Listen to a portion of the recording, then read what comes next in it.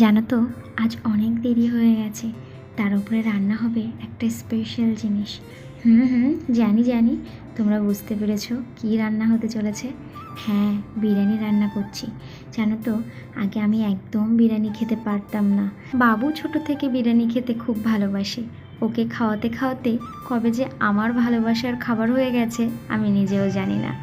জানো তো, প্রশান্ত আর বাবা এখনও পর্যন্ত বিরিয়ানি পছন্দ করে না, তবে বাড়িতে মাঝে মাঝেই বানানো হয় আমার আর বাবুর জন্য। তোমরা যারা আমার ভিডিও দেখো তারা তো জানো এই দুদিন হলো বাবু জ্বর থেকে উঠেছে, সেই জন্য আমি প্রতিদিনই চেষ্টা করছি ওর পছন্দের খাবারগুলো বানানোর। ওর পছন্দের খাবারের মধ্যে আজকের খাবারটা কিন্তু ওর সব থেকে পছন্দের। আমি এখানে সব কিছু রেডি করে নিয়েছিলাম, রান্নাও আমার প্রায় হয়ে গেছে বলতে পারো। এবার শুধু দমে দেব সব কিছু মিক্সড করে। তবে আজ দুপুরের খাবারটা খেতে 3টে বেজে গিয়েছিল। সব কিছু একা হাতে সামলাতে সামলাতে আমি বড্ড হাঁপিয়ে উঠি। তবে বাবু যখন বিরিয়ানির গন্ধে ছুটে আসে তখন সব ক্লান্তি দূর হয়ে যায়। বাবাকে খেতে দিয়েছিলাম আর বাবাকে বলছিলাম, বাবা কেমন হয়েছে? বাবা বলছিল, আমি বুঝতে পারছি না কেমন হয়েছে।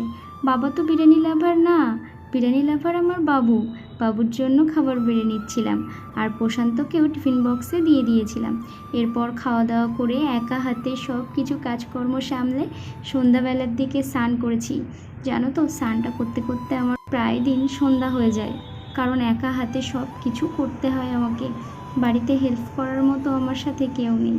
এরপর সন্ধ্যাবেলা একটু স্কিন কেয়ার করে ড্রাই ফ্রুট খেয়ে বিছানাটা চেঞ্জ করে